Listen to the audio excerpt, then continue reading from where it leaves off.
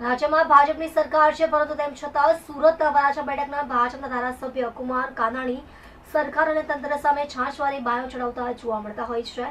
ત્યારે જનહિતલક્ષી બેઠકમાં પ્રભારી મંત્રીની ઉપસ્થિતિમાં પોતાના વિસ્તારના પ્રશ્નો રજૂ કરતા કુમાર કાનાણીએ કહ્યું કે બેઠકમાં દર વખતે એકના એક પ્રશ્નો રજૂ કરવામાં આવે છે, કોઈ નિરાકરણ આવતું નથી। સથાણા વિસ્તારમાં આવેલી પાલિકાની ઝોન ઓફિસ ભ્રષ્ટાચારમાં લિપ્ત થઈ ગઈ છે, લોકોના કામ થતા નથી। વરાછા ધારાસભ્ય કુમાર કાનાણીએ સમીક્ષા બેઠકમાં આક્રોશ ઠાલવ્યો હતો।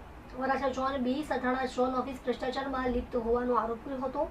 સથાણા ઝોન ઓફિસ વચેટિયાઓ અને દલાલોનો અડ્ડો બન્યો હોવાનું પણ કહ્યું હતું। અધિકારીઓ ગાંઠતા ન હોવાની વાત પણ સંકલનની બેઠકમાં રજૂ કરવામાં આવી હતી। કુમાર કાનાણીએ કહ્યું કે જનહિતલક્ષી બેઠકમાં રજૂઆતો અમારા દ્વારા કરવામાં આવે છે, પરંતુ કામ તો કોઈ પણ પ્રકારે થતા નથી, તો આવી બેઠકો કરવાનો અર્થ શું?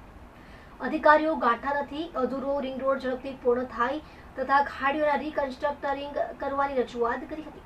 વર્ષોથી અમે ખાડી કરીએ છીએ, પરંતુ અત્યાર સુધી કોઈ કામગીરી કરવામાં આવી નથી। મંત્રી શ્રી સુરત આવ્યા અને સંકલનની મીટિંગ બોલાવી હતી। પ્રશ્નોની ચર્ચાઓ થઈ છે। મુખ્ય મારા વિસ્તારનો ખાડીનો જે પ્રશ્ન છે, વર્ષોથી હું ચલાવી રહ્યો છું, એ પ્રશ્ન બાબતે ચર્ચા થઈ છે। મંત્રીશ્રીએ ખાતરી આપી છે 270 કરોડનું બજેટ છે, એ મારા લેવલે હું ધ્યાન પર રાખી અને તમારા પ્રશ્નોનો હું પોતે નિકાલ કરીશ એવી મને ખાતરી આપી છે। બીજો રિંગ રોડ અધૂરું કામ છે, જે પૂરું થતું જ નથી, એની પણ ચર્ચા મેં કરી છે। મુખ્ય ચર્ચા મેં એ કરી છે કે જિલ્લા કલેક્ટર હોય કે મ્યુનિસિપલ કમિશનર હોય, એની સંકલન મિટિંગોની અંદર ધારાસભ્ય તરીકે અમે જે રજૂઆતો કરીએ છીએ, લોકો પાસેથી જે અમને રજૂઆતો મળે છે, પ્રશ્ન આવે છે, લોકહિતની જે વાતો હોય છે, એ વાતો અમે સંકલન સમિતિની અંદર કરતા હોઈએ છીએ। પરંતુ દુઃખની વાત એ છે કે મહિનાઓ સુધી સંકલનની અંદર એકને એક જ વાત ચાલતી હોય છે, એક જ પ્રશ્ન।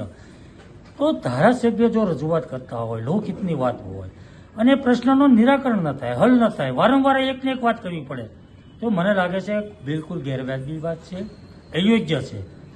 ધારાસભ્ય જે વાત મૂકે સંકલનની અંદર, એ વહીવટી તંત્ર એક્શનમાં આવે।